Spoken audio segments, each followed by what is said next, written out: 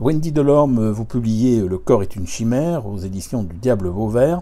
Alors vous êtes enseignante, universitaire, militante des mouvements radicaux gays et lesbiens des années 70 et vous publiez là un roman qui est proche de cette thématique. J'ai toujours aimé écrire et j'ai pas toujours écrit sur ces thématiques-là, mais ce qui m'a animée pour l'écriture de ce roman, qui est un roman choral avec 7 personnages, c'est les débats qui traversent la société contemporaine. Donc c'est un roman d'une facture assez classique, puisque c'est un roman choral avec 7 personnages dont on se rend compte peu à peu comment ils ont tissé des liens et d'où ils se connaissent. Donc il est traversé par les enjeux sociétaux de la société post-Manif pour tous, on va dire.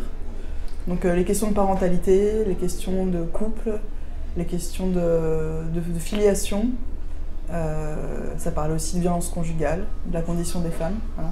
Chaque personnage est en fait en quête je dirais, de lui-même, de son identité en fonction de ses différences. Cette notion de chimère, puisque vous dites le corps est une chimère, est-ce que le corps appartient à l'esprit ou est-ce que l'esprit n'appartient pas au corps ?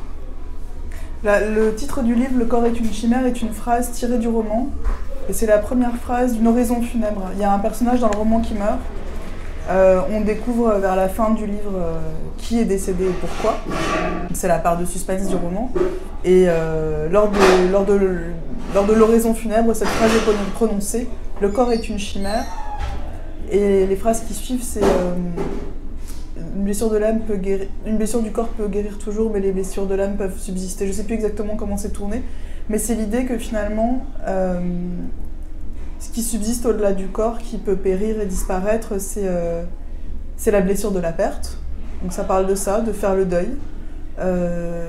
Et puis ça parle du fait que le corps, c'est cet artefact qui porte notre présence dans ce monde, mais que le corps qu'on vit et qu'on perçoit pour soi n'est pas forcément le corps tel qu'il est lu par d'autres. Et c'est ce que tous les personnages ont en commun finalement. Dans ce livre, les 7 personnages, hommes ou femmes, ont en commun le fait que leur rapport au corps traduit une intimité qui n'est pas celle que lisent, qui n'est pas l'identité que lisent les gens qui les voient. Alors on va parler de quelques-uns de ces personnages. Il y a Philippe qui n'est pas bien dans son corps, qui n'a jamais voulu être un homme. Il y a Camille qui elle est une utopiste, qui veut changer le monde. Il y a un flic, Joe, qui fait ce boulot mais qui n'est pas bien dans son esprit. Vous avez pris des choses qui semblent être banales, je dirais, un peu de faits divers, et qui sont ici mises vraiment en exergue pour montrer et pointer du doigt les difficultés. Parce que les 7 personnages du roman ont en commun, c'est que ils sont en décalage, ou en souffrance, ou en difficulté par rapport à une situation. Et cette situation révèle toujours un enjeu de société. Donc vous avez ce personnage de Joe qui effectivement travaille dans un commissariat et qui est confronté au fait que les dépôts de plainte pour violences sexuelles, des femmes qui viennent au commissariat sont souvent pas suivies de poursuites judiciaires. Et qui du coup va décider d'agir. Alors je vais pas révéler comment.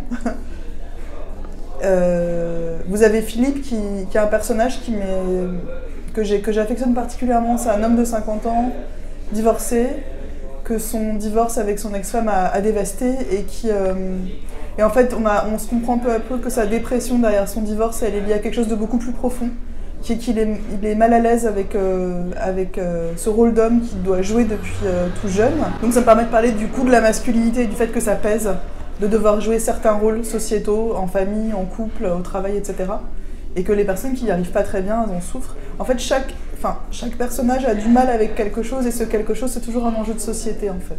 Alors effectivement, vous le disiez tout à l'heure, donc on retrouve soit le mouvement MeToo, soit le mariage pour tous, soit je suis en train de chercher le mot, la PMA ou la GPA.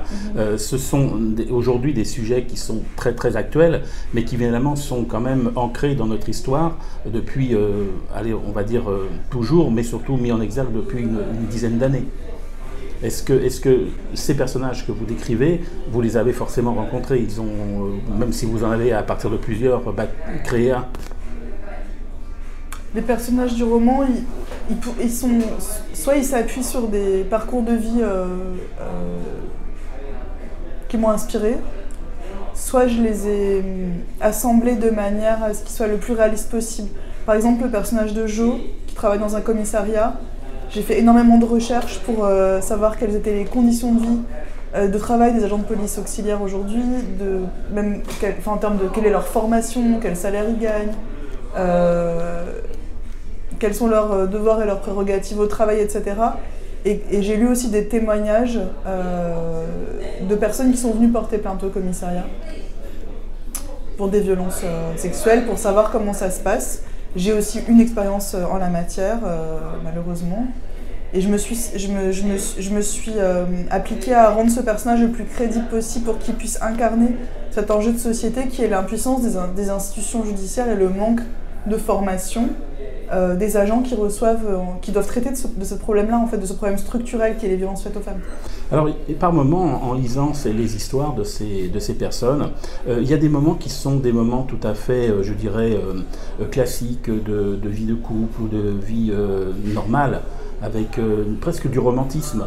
Et puis d'un seul coup, on sent qu'il y a quelque chose de plus difficile, il y a quelque chose qui bascule à un moment. Chaque chapitre du livre est construit un peu comme un épisode. Et oui, on retrouve effectivement. Et du coup, ça fonctionne un peu comme des histoires indépendantes, mais dont on se rend compte qu'elles créent du lien petit à petit. Donc du coup, effectivement, il y a des scènes de vie quotidienne qui permettent de mieux découvrir un personnage, comme dans un film en fait, ça donne de la chair au personnage. Et puis le chapitre va se terminer sur une problématique particulière. Le personnage va soit subir une violence, soit prendre une décision radicale, soit faire une rencontre inattendue. Et du coup, c'est aussi une construction narrative pour donner au lecteur ou à la lectrice envie d'aller voir la suite.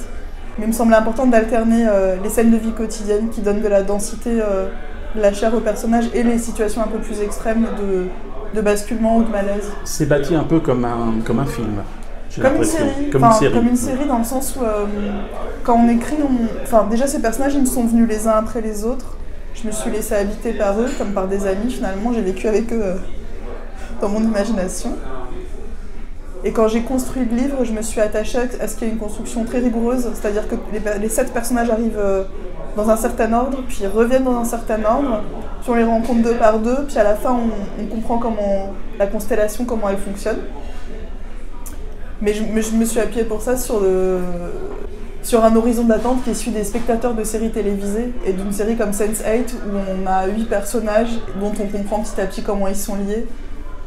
Parce que c'est le genre de format narratif qui fait qu'on a envie de lire et j'avais envie de créer cette tension-là. J'ai découvert un certain nombre d'éléments, un certain nombre de situations qui, on se masque un petit peu, on n'a pas envie de les voir ou on n'a pas envie d'entendre. Et là, finalement, ça réveille quand même chez le lecteur, moi en l'occurrence, un petit peu l'inconscient en se disant mais on réagit, on se questionne à la lecture de ce bouquin. Mais dans le roman, il y a beaucoup de situations qu'on appelle des situations de violence ordinaire. C'est des violences qu'on est tellement habitué à avoir qu'on les considère qu'elles font partie de c'est l'air qu'on respire. Et malheureusement, l'air qu'on respire, on le voit pas.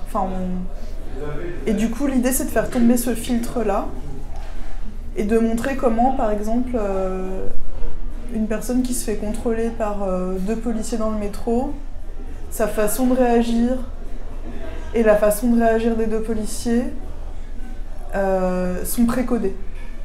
Que c'est un scénario qui se répète et que c'est une violence quotidienne. Une claque dans un couple, on a un chapitre qui porte sur une claque que reçoit un des personnages de la part de son conjoint et comment elle réagit. Et en fait, c'est les réactions des personnages qui sont décrites d'une manière à décaler un peu à faire surgir le fait que oui, c'est une violence et que en fait, nos comportements les banalisent. Un livre philosophique quelque part aussi, finalement, sur le sens de la vie. Oui, je pense que de toute façon, tout ce qui touche à ces thèmes-là, au thème de la filiation et de la continuité des êtres,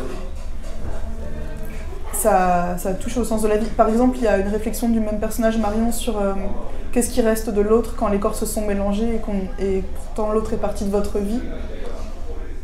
Voilà, qu'est-ce qui reste de l'autre quand on a aimé, que les salives se sont mélangées, que des molécules de l'un ou de l'une sont restées en l'autre. Et il y a cette question-là aussi, qu'est-ce qui reste quand l'autre n'est plus en fait. Il reste un livre, Le corps est une chimère, Wendy Delorme, c'est publié aux éditions Au Diable Vauvert. Merci pour ce livre parce que je pense que moi il m'a intéressé, c'est un univers que je connaissais mal, sur lequel peut-être je ne voulais pas non plus me pencher, et puis j'ai découvert des vies et des vies passionnantes à travers votre écriture, une très belle écriture d'ailleurs, une belle écriture de romancière, très précise et très fine. Merci à vous. Merci.